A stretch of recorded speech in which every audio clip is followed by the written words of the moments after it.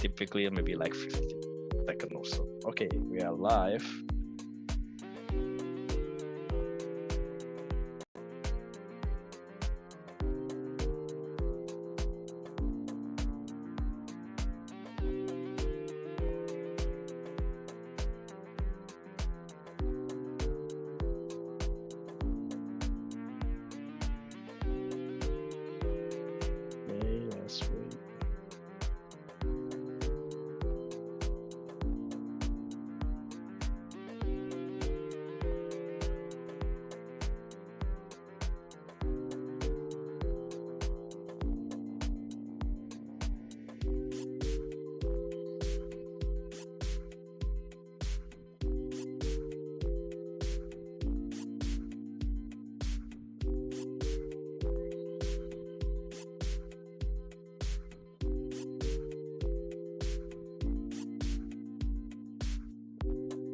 Oh.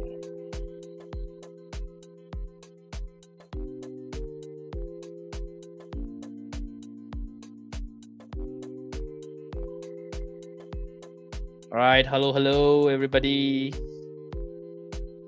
right, let me turn off the music.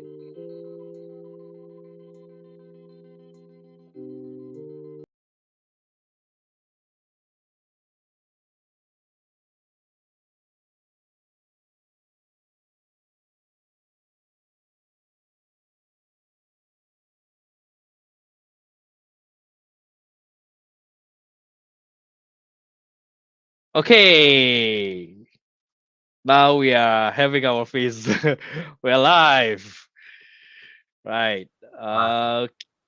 Hey, good evening, good morning, good afternoon, everybody. Thank you for joining. So this is our first live video. Yeah, welcome. Maybe you can put some comments in the chat, right? Welcome to our first live video, right? Who's joining for the first time? Can you type? Maybe comment, thumbs up. Yeah.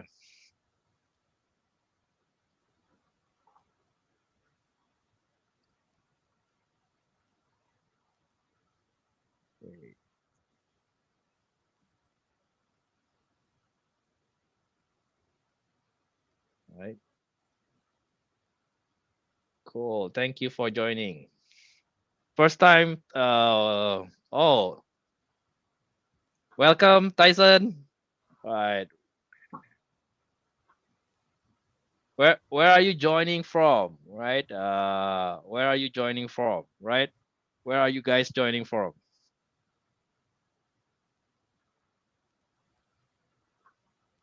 So it's very common. People usually are a little bit shy. So it happens quite commonly in my lectures as well. Like people don't want to comment too much. It's very common. Okay, let's get started. Right. So this is our first LinkedIn Live session. Hopefully, yeah. So I'm invited my friend Jonathan Ayala. Is actually we are LinkedIn friend. We saw each other post. Then I connected with Jonathan, right? Then yeah, I thought I was intrigued by his role as a scale up engineer, right? So that's why I invited, hey, Jonathan, why don't you talk about scale up, right? I don't. I think maybe scale up, right? Scaling. I have some idea, but really, what's going on? I don't think I know, right? Because mainly for me is I deal mainly around engineering of mature technology, right? Okay, before we delve into it, right? Maybe Jonathan, maybe if you can give a quick introductions about yourself, right? Then you can get started. Sure.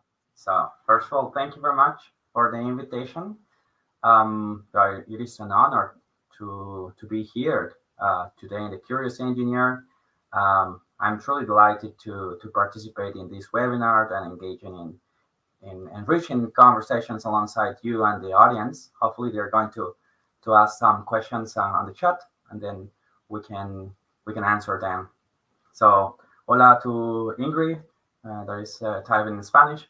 So yeah, so I'm a chemical engineer. I'm from Colombia. So I studied chemical engineering in Colombia, and after my bachelor's, I moved to Malta to improve my English skills.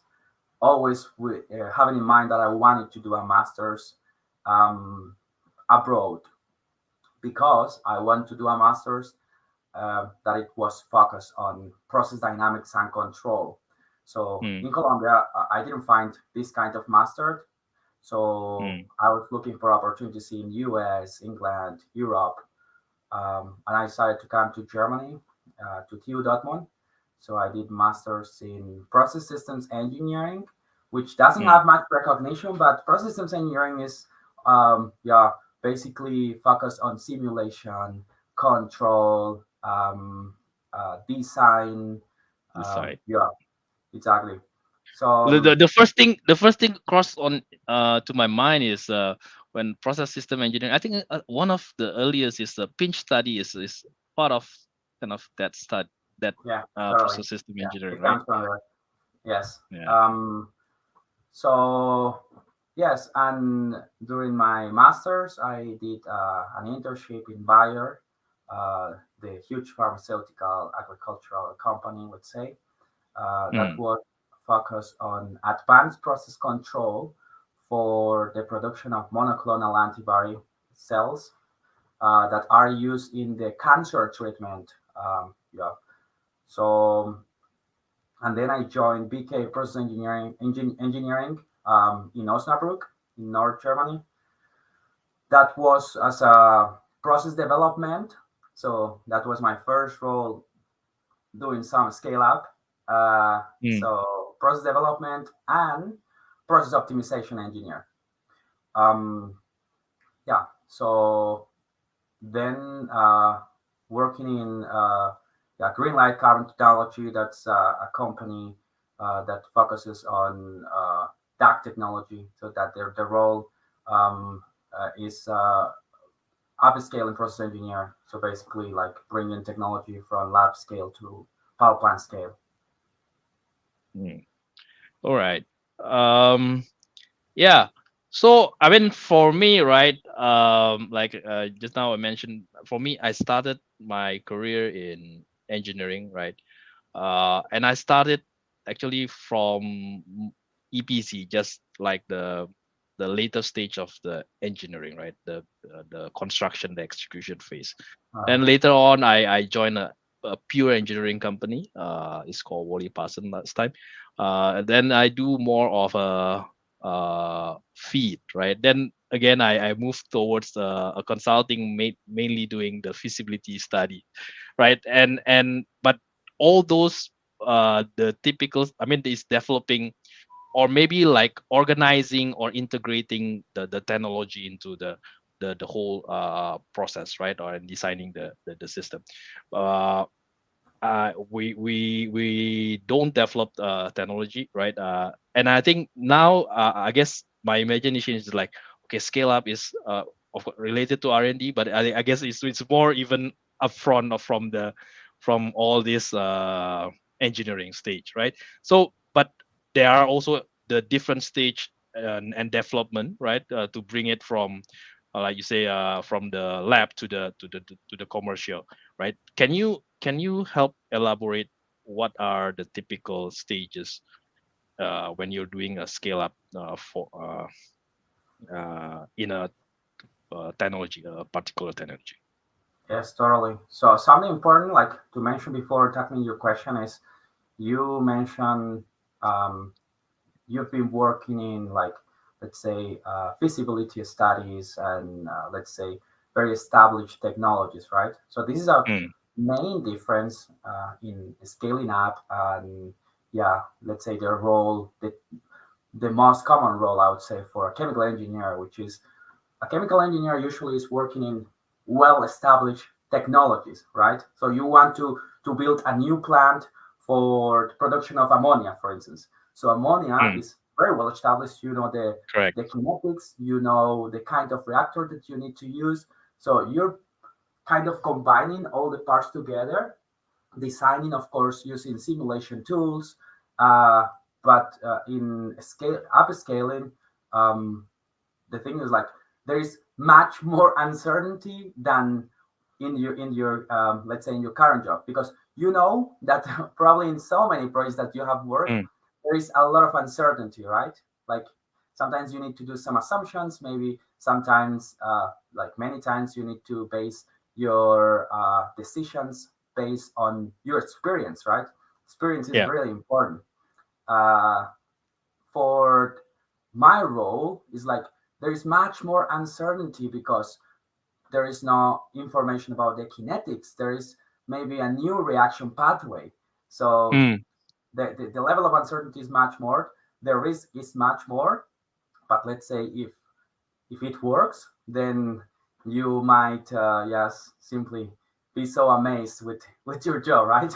um, let me like answer your question, starting by giving a very, let's say, short definition of what scale up is for me, and I think it's going to like encompass the definition for yeah like people who work in scaling up. So basically, scale up is the process of increasing the size or capacity of an existing process or system from a smaller scale, like laboratory or pilot plant, to a larger scale, often commercial scale. So this needs to be done effectively, bridging or closing the gap between experiments and full scale production. So in scaling up a chemical process from the laboratory to commercial scale, it's pivotal to like it's a pivotal phase for chemical engineering as it transitions from experimental results into real world application. So this is important. Like we want to bring something that might work in the lab, and now we want to bring it to production scale. So this is what a scale up is. And now answering your question, so we have like three different phases, let's say. So the first one is scaling up from laboratory to commercial. So the first one is the lab, right? The lab phase. So where experiments are conducted on a small scale. So this is primary focus on providing like scientific viability of the process. So for instance, so I'm going to give you like some examples so you can kind of imagine what's going on in each phase of the scaling up. So for instance, a new catalyst needs to be developed. So to increase the yield of a chemical reaction. So this is usually tested in a reactor with few liters volume. So the investment at this stage is relatively modest. Let's say it depends on the complexity of the reaction. Definitely, like the operating conditions. Sometimes, like for instance, you might be like aware of the Haber batch process in which the temperature and pressure is like really high, like temperatures around 400 Celsius and pressures around 200 bars. So like imagine you are developing a new catalyst and you need to run experiments under these conditions. So definitely the investment is big, but is smaller than in other stages. So here you will see mostly scientists and like chemists, let's say, and laboratory technicians working in this. So the timeline can vary from a few months, which is very rarely, I would say. So I have not seen these like few months, but few years. So when you are in this phase, it might take few years. So and let's say you already give the check in the lab, and now you need to go, let's say, a little bit bigger. So what we call the pilot plant stage. So the scale and the investment increases significantly, of course. And yeah, so this is the intermediate phase and typically involves scaling the process up from like small volumes, let's say a couple of liters, to mm, hundreds or thousands of times larger volumes.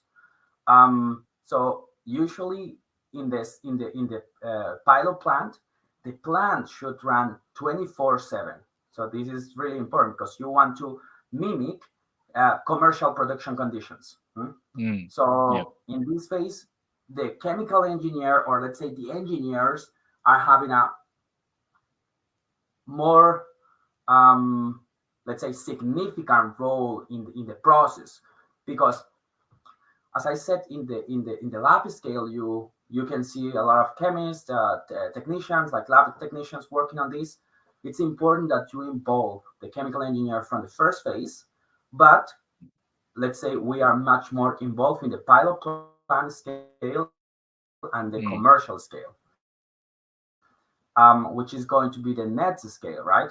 So in commercial scale, we might have like much more than thousand of like let's say thousand of liters, um, and definitely there are some, let's say, issues when you are scaling up, but maybe we might talk about that yeah in next Yeah. question. I don't want to Yeah. maybe Uh, go is through is maybe is something that you have thought of for asking and answering all of them right away. Yeah, Jonathan, I'm interested. Yeah, you mentioned that of course in investment from, like, for example, lab to pilot significantly increased, right? So I think one thing is, I'm curious, what's typically maybe a decision criteria for a company when they actually say, okay, I might maybe it's best for me to kill the project, or the project. Let's just call it the project at lab. I will not progress to pilot. So any typical kind of decision criteria you've seen before? um, so usually in these projects, you first invest quite a lot in the paying scientists, and then they are going to work for Yeah. some time. And this is important for scale up. You need to be aware that it might fail. So Mm, there might be some frustration, um, but usually companies are aware of this. And I can give you an example, like in the pharma industry. Maybe some of you are not aware that 90% of the projects in the pharma industry fail. So, and that's why maybe sometimes we are wondering, like, I don't understand why this pharmaceutical product is so expensive. The thing is, like, they need to catch up for the investment of millions of euros that they put into 10 projects, and only one of them is working. Hmm? So, mm, answering your question, I think this is a very challenging question, um, because it might depends. Like, sometimes this is after 1 year, after 3 years. But I would say there's need to be the KPIs, the KPIs of mm, the yeah. project. If they are not being fulfilled, then yeah, after some rounds, then you say, okay, it might not work, and we don't have unlimited resources, so maybe we just stop the project. All right. Okay. Understand. Uh, and for yourself also, right? How your kind of your career leading path, leading to the becoming a scale up engineer, Jonathan. Okay, so so when I was doing my masters, so I joined a company in which Mm, I was working as a product or process development engineer. So the first project that I got there for upscaling. So sometimes you don't even realize you're going to be a scale up engineer, but there mm, are innovative like projects. So one of the key projects like involved in upscaling was a system that it was 100 cubic meters hour volumetric flow, and we wanted to scale it up to around 5,000 cubic meters hour. So the challenge was not just in increasing the scale, but in strategically defining the intermediate steps needed mm, to efficiently like close the gap between 100 and 5,000, 5,000. because you cannot scale up like that, like that huge like gap. Jump. It's Yeah. usually you don't go that way. There, like, you need to understand a lot about the um, kinetics. You need to understand a lot about the fluid dynamics of the process. Parallelly to this project, I was immersed in an environmental project focused on thermochemical energy storage system.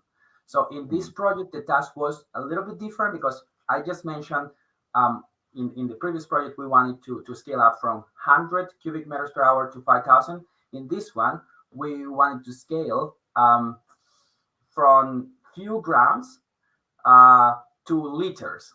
So you can see the Mm. difference. Now it's from lab scale to Pilot plan. Yeah. pilot plant scale. Yeah, exactly. So additionally, I work on another environmental project for direct air carbon capture. So where again the goal was to scale from lab scale to pilot plant. So all of these projects shared a common topic. They are driven by the urge need to find environmental solutions. And you can see now that there are so many opportunities in this chemical engineering environmental field. So Yeah. 3 projects for scale up, all of them in the environmental field. And All and right. all of these, like, let's say all of these projects help me to improve my engineering skills, but also they were aligned closely with my passion for environmental preservation. However, here is important to mention passion, like, passion is good, but having good intention is good, but it's also essential to understand that, as I said before, your project might work or might fail, and you need to be ready for to accept these setbacks. So understanding that you are not failing, you are always learning, right? And yeah, in the next project it might work. Yeah. I think yeah, it's there's always I mean there's who said it? Edison, is it? Like 10,000 like he did 10,000 experiments. And instead of saying that I failed 9,999 times, that you say, I just find that 9,999 ways of not working, something like Correct. that. It is yeah, something along that line. There's one question from Halil. Let me bring it up. It's basically asking about, is there a kind of minimum turn down during the scale up skill? Yeah, I mean, it's like this question. It's very, let's say, challenging to answer because it Mm. depends, right? It depends on the project. It depends on if you are On the having equipment, yeah, yeah. yeah, on the equipment. Like, let's say this webinar is in general about the scale up, but like in the future we might have a webinar on scaling up reactors, right? And that might Yeah. take 1 hour maybe for very short introduction, or a scale up absorption towers. So Mm. let's say there is no not really specific answer, but if you who's this Halil, if Little, yeah. you have a specific question like about specific equipment, and yeah, you want to send me a question on LinkedIn, just feel free to reach out, and then if I have the answer, then I will answer it. Otherwise, I will try to find the answer because, as Fauci, I'm as well very curious, and your questions are always building up the knowledge, right? Yes. Right. Okay. So in terms of the responsibility, right? What kind of the key responsibility for a scale up engineer? Okay. So thank you very much for this question. And I think most of the people joining today, they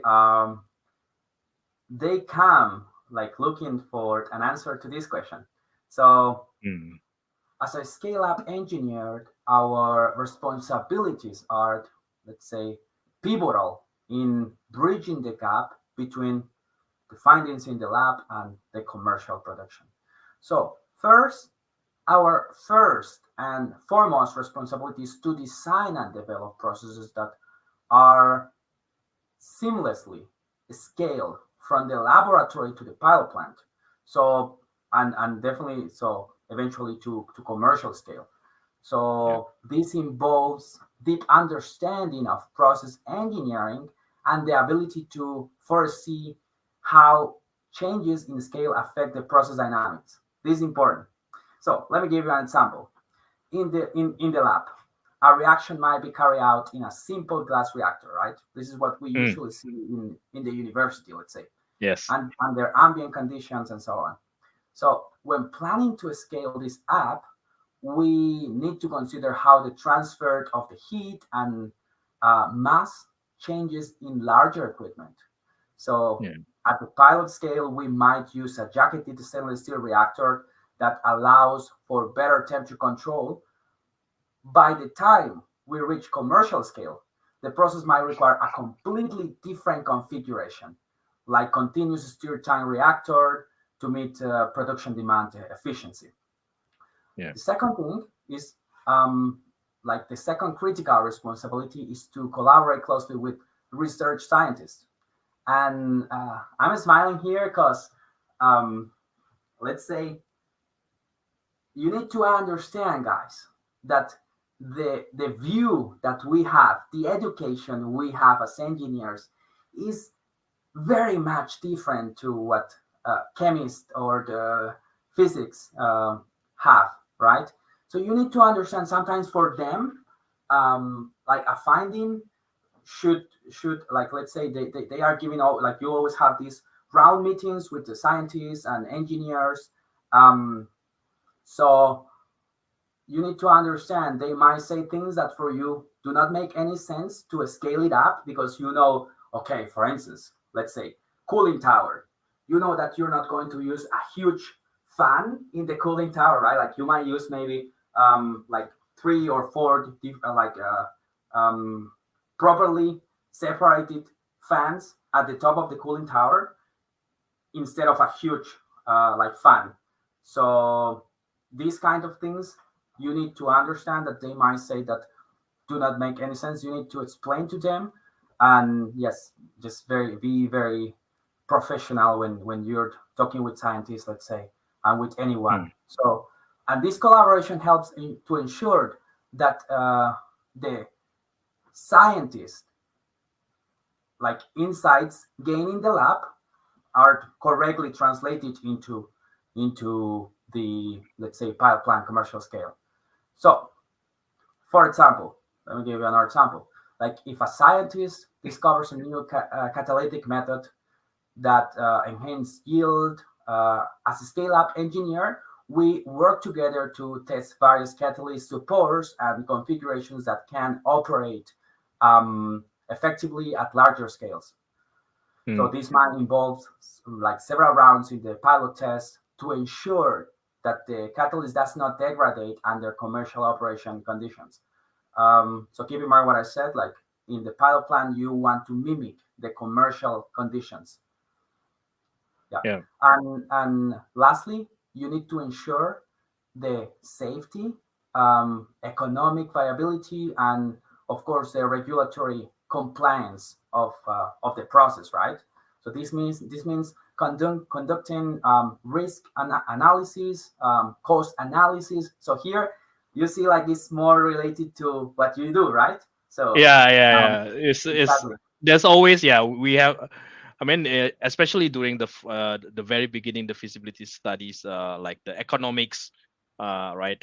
We have to make sure that the project which is going to the next stage is not just technically viable, but it has to be profitable, right? It has to make sense that the exactly, investment will or the investor whatever it will get the return in satisfactory rate lah. Yes. correct. Right. Um. Yeah. So I think you touched a little bit, but what are the key what are the key considerations in scaling up? Okay, yeah. So I want to mention mostly maybe four of them that they come to my mind now. So Yeah. the first one and the most tangible challenge we face is the transition from bench scale to larger equipment. So it's crucial that we can achieve like the performance, like consistent performance. This is important because yeah, I mean maybe in the lab you have a process that is uh, yeah 99% efficient in the chemical reaction, and then when you run this in higher scale, maybe you go to 70%, but you want to be consistent with this 70%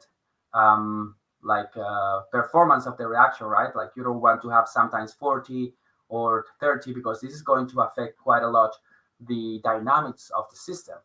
So yeah, so that's the first one, and the second one is the change in the mode of operation. So Mm, I remember one project that I was working on. We wanted to change a system from batch production to continuous operation, um, and it's very challenging to do this, and sometimes does not make any sense. For instance, in this specific project, we realized that after doing some calculations and so on, the first phase of the project was 6 months. So you like this is answering maybe your question before, like you said, mm, when do you realize? Okay, maybe sometimes after doing some calculations, yeah, some paper, you realize, this doesn't make sense because they wanted to change the production from batch to continuous operation, and the equipment was so tiny that it didn't mm, make any sense. It was too expensive to do this change from batch to continuous operation. And another thing important is it's critical to validate theoretical models with practical data.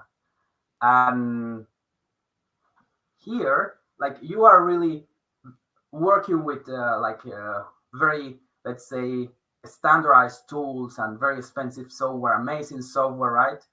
yeah. Um, that have incorporated like really nice models, complex models. In a scaling up, usually you cannot use these tools. This is my experience because sometimes you have like new reactants, you have Mm, different pathways, you have different conditions.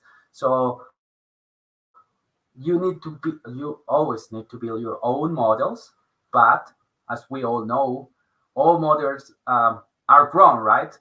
Like there is a point in which you say, okay, my model is grown, but it's good enough.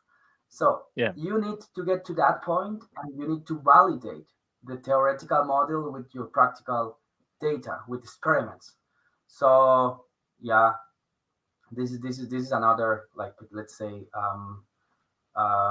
Consideration, challenge. challenge. And the last thing that comes to my mind is thermal characteristics. So when you have a process that is working with heat transfer, is usually an issue scaling up. So it's like we need to ensure uniform temperature control to avoid hotspots, like for instance in catalytic reactors, because you might just simply damage your catalyst. So yeah, for instance, scaling up an exothermic reaction requires careful design to manage the large amount of heat generated, right? Um, yeah, and I would say there are some other considerations that we need to have, like economic and safety aspects, regulatory and environmental considerations. But we are not doing this on our own entirely. Definitely, there are people like, let's say, experts uh, as well supporting us in the economic and safety aspects. But we need to have strong understanding in order to be able to interact in these meetings, like as I said. scale up engineer needs to have like a strong knowledge of engineering, strong knowledge of science, regulation. Yeah. Wow, that's a lot of any other kind of maybe characteristic or skill or knowledge you would like to highlight. You think that will be crucial for the becoming a successful scale up engineer. I would say the first one, very first one, basic that I say to any engineer is you need, like any chemical engineer, you need a strong understanding of chemical engineering principles or engineering principles. So this knowledge allows us to design the process uh, efficiently, safely, and of course, it gives us some tools to tell, okay, economically, it's going to work or not. This means, for in my opinion, for most of the chemical engineering jobs, and especially for this one, you need a strong understanding of chemical reaction engineering, thermodynamics, mass and energy transfer, meaning unit operation design, right? Yeah. And this is the fourth one. Oh, it seems like the number four is number for me today. Um, fluid mechanics. Fluid mechanics definitely like pressure drop calculations, these like selection of pumps, design Yeah. of valves, these kind of things. Selection of valves, yeah. Another thing is if you have the chance, this is something really good that I had in my bachelor. I had the chance to do my bachelor thesis in a laboratory, and Okay. here you get a lot of understanding of how the lab works. So when you are an engineer, then you understand what's going on in the lab. You can come up, you can show up in the lab, and then you can understand what they are doing. And if they talk like with some technical terms of the lab, you're going to understand. You can contribute much more in this sense. It's important to know regulation, so standards like I think for like when you're a design engineer as well, you need to know standards, right, for designing. Yep. So it's the Yes. same. Like if you're working in the environmental field, try to learn the standards. Like you like you fulfill the standards, and you're not throwing away some chemicals that you shouldn't for safety protocols. And this is something that is very much related with the name of your platform. So curiosity, but curiosity comes together with problem solving skills, right? And Hmm. adaptability. This is probably one of the best skills that humans have. That is to be able to adapt to where we are, right? Yeah. And as I said before, communication skills are so important. You don't really, I mean, when you are developing your profile, sometimes you're very much focused on technical skills, right? Like I want to be Yeah. the best doing simulation. I want to be the best in reaction engineering design, designing reactors. But communication skills, they are key, absolutely key. Um, when you're interacting with managers, when you're interacting with scientists, with the industrial engineers, sometimes you need to explain what you're doing in the pilot plant to someone who has literally no idea of anything of the process, but you need to pitch your process, so you need to make it easy to understand to anyone. So, Yeah. like, yeah, that's a piece of advice. Like, really, alongside your technical training, uh, train your interpersonal skills.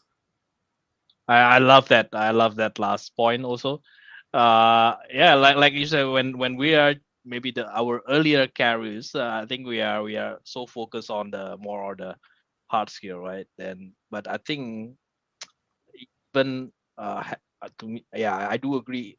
Having that, building up that interpersonal skill, how you communicate, how you explain, how you collaborate, right, with the people who are different than you, who acts and thinks differently than you. That makes I think that makes a better team, right? A more successful team, Yeah, true. right? All right. Hey, thanks, Jonathan, for the enlightening us about the scaling up engineering, right?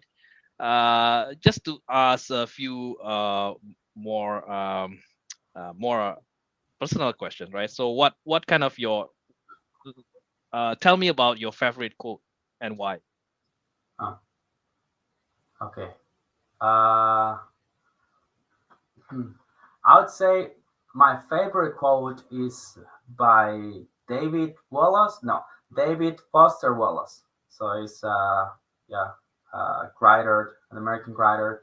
So he said, "You will stop worrying so much what other people think of you when you realize how seldom they do." So this Mm, quote strikes a chord with me because it addresses a common concern that many of us share, like being overly preoccupied with others' opinions, right? Like sometimes we don't yes. do things, we don't ask questions. Like for instance, when we are students, sometimes we don't ask questions because we think, oh, it might be a stupid question, so I don't want to ask. But what about if everyone had the same question? Why don't you ask, right? So Yeah. you don't lose anything. And actually, people don't think much about what you do. Like everyone is just so worried with their own life. Yeah, that maybe they might think of that for 1 minute and then they move on. So understanding the essence of this quote has allowed me to focus more on my own actions and grow rather than being distracted by perceived judgment, right? Mm, yeah. Yeah. Yeah. I think I do agree. Yeah, we sometimes think uh, that we are like this in the spotlight, the center of attention, which actually people also have a lot of things to think about, family, Sure. work, etc. Right? Not every single things, our action or what we do actually. They might say, okay, okay, yeah. They forget it the next minute, right? So, yeah. Okay, And cool, this might cool. yeah, and this might stop you to do amazing things just because you are afraid of what people might think of you. So just go ahead, do your best every day, and yeah, so don't hurt Yeah, anyone. love that. Right. And what would you tell your younger self? Let's say your 20 years old self. Any Uh, advice? what do you mean? Like, can you rephrase the question? Like if you if you imagine you are still in 20 years, right? Who what kind of advice you will give to yourself, the 20 years old self, Okay. the younger self, yes, Yes. based Um, on your current experience. I would say, uh,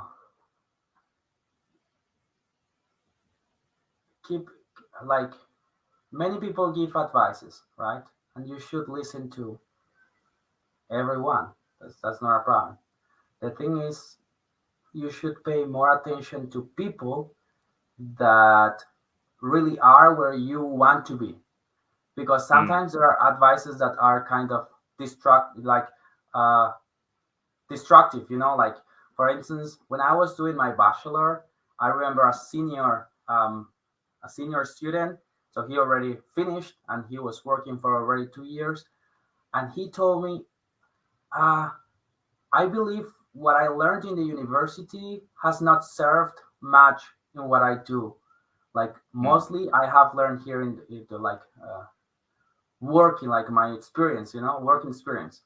And at that point, I thought like I was demotivated, to be honest. I was like, oh, then why do I study? Why do I focus on having a strong basis of engineering if at the end this is just ideal? And I was thinking this way for a while, but I can tell you that when you come to do engineering, you will definitely need very much what you learned in the university. So this is Yeah. just like some, of course, there is no way to teach you everything what you might need in the future, because like the university don't really doesn't know if you're going in the pharma field, if you're going in the design field, in commercial field. So there is a limitation of time that in some countries is 3 years bachelor studies, in some others is 5 years, 4 years, whatever. But it's really important that you get these bases from the bachelor studies or master studies, and then you build upon these. And yeah, I mean, just listen to people, like focus on what people say if they Yeah. are where you want to be in the future. Right. Great. Yeah, I agree. I think and what we learn is basically could be just the foundational, the building blocks, right? Uh, and the things now are keep on changing, right? Gen AI, etc., which is maybe not there in 5 years ago or 10 years ago. So we have to, I mean, whatever our experience, we build on that, adding the new knowledge, right? Based on where we want to go, right? What kind of field we want to go, right? Yeah, yeah, Okay. right. Um, any questions you want to ask me, Jonathan? Well, so Sulfan asked a question, and it's like, is there any screen sharing? And my question is going in this direction, actually. Like what I saw before about your, let's say, videos or events, live events, was like some expert teaching about like a process simulation package or how to design this unit. But then you Mm, told me, okay, I want to do this talk with you, and let's have this format. Why you want to do this format that is like a little bit more informal? And I love it, by the way, because sometimes when you have a presentation, like uh basically you're putting the same in the presentation, some keywords, okay, cool. mm. But I like as well like having this very kind of informal conversation where you ask questions and I'm not just presenting. So why you want to have this format? All right. Yeah, I think okay, maybe it's also yeah, when started, right, yes, I was focused, and I still do technical kind of webinar, right? I invited friends who wants to share, and because I work for currently working with Aspentech, I that's why I also focus a lot uh, on process simulations. This is also one of my way also, right, to kind of maybe relearn or make it my whatever I or gain new knowledge actually also, right? I think kind of solidifying my understanding by sharing it with people. I think that helps me also, and hopefully it helps other. And why I kind of also introduce this is, one is, of course, I think technical, yes. Then I also related to your comments about interpersonal skill, right? So I also think, okay, maybe we should also talk about a little bit from engineering, with maybe engineers, etc. We also need something else about career path, about leadership, about teamwork. And I think that's the format is about I think the discussion format or a conversational format would be would suit better, right? So I don't know. This is my first time, but that's the intention. I guess I'm keeping these two type of format, one for more technical, and the second one a more of interpersonal. It could be talking about uh, yeah, like leadership, career path, etc. Right. So that's Oh, maybe my answer. Yeah. okay, wonderful. I want to thank you, Andres Mora, like for his comment. Really kind. Um, and there is as well one question from Chamsu Soa. Sorry if I Yeah. Let me. mispronouncing your name.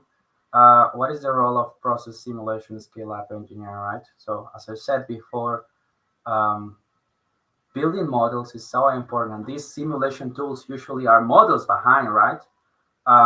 Let's say in app scaling, for app scaling, there is a keyword that is very common when you're app scaling a process, that is innovation. So when you have innovation, sometimes you realize, okay, in the lab works awesome. So let's scale it up now.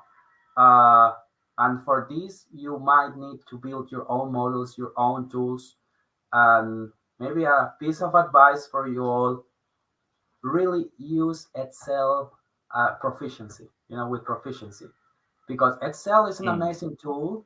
And yeah, sometimes when you don't have access to expensive tools, or maybe if you don't have like the like the thermodynamic data from some of the molecules in these amazing softwares, then you might need to build your own model. So yeah, it's fundamental to have your models. So this is simulation, and for these engineers, we are building the models.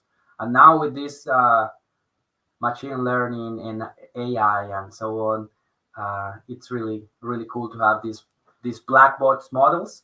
Of course, as usually, that there are limitations, but as long as you are within the boundaries of the data you collect, you're good to go, right? right. All right. I think we are at the end of our sessions, right? Thank you very much, everybody, for staying, right, and also for uh,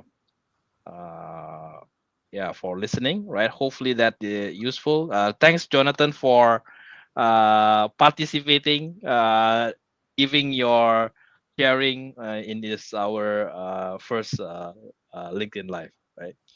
Right. So I will show this is okay, it's coming. Yep. Uh, we will have a few more sessions, right? We will have one session in Indonesian about distillation column. I will also do sessions in dynamic simulations.